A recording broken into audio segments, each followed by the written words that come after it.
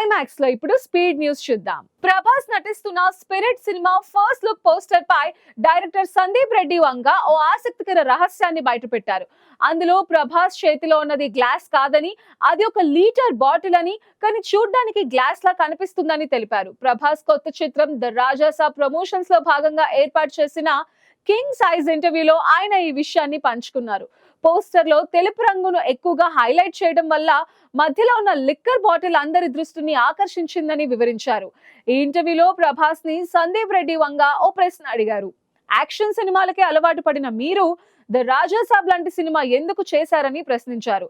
దానికి ప్రభాస్ ఆన్సర్ చేస్తూ, ఒకే రకం సినిమాలు చేస్తే బోర్ కొడుతుంది, అందుకే 15 ఏళ్ల క్రితం మార్పు కోసం డార్లింగ్ చేశాను.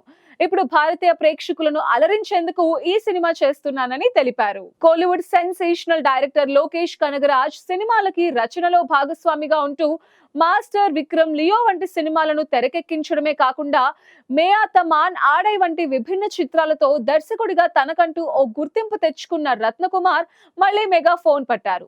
ఆయన డైరెక్షన్ లో రూపొందుతున్న తాజా చిత్రం 29. ఈ సినిమా టైటిల్ టీజర్ ని రీసెంట్ గా చిత్ర యూనిట్ సోషల్ మీడియా వేదికగా పంచుకుంది. సినీ తారల మాటలు సోషల్ మీడియాలో మంటలు పుట్టిస్తున్నాయి. రీసెంట్ గా కన్నడ నటి, మాజీ ఎంపీ రమ్య చేసిన వ్యాఖ్యలు ఇప్పుడు దేశవ్యాప్తంగా హాట్ టాపిక్ గా మారాయి. వీధి కుక్కల ప్రవర్తనపై సుప్రీంకోర్టు ఇచ్చిన తీర్పుని ప్రస్తావిస్తూ ఆమె పురుషుల ప్రవర్తనను కుక్కలతో పోల్చడం తీవ్ర వివాదానికి దారితీసింది. దీంతో నెటిజన్స్ రమ్యపై ట్రోల్స్ తో విరుచుకు పడుతున్నారు.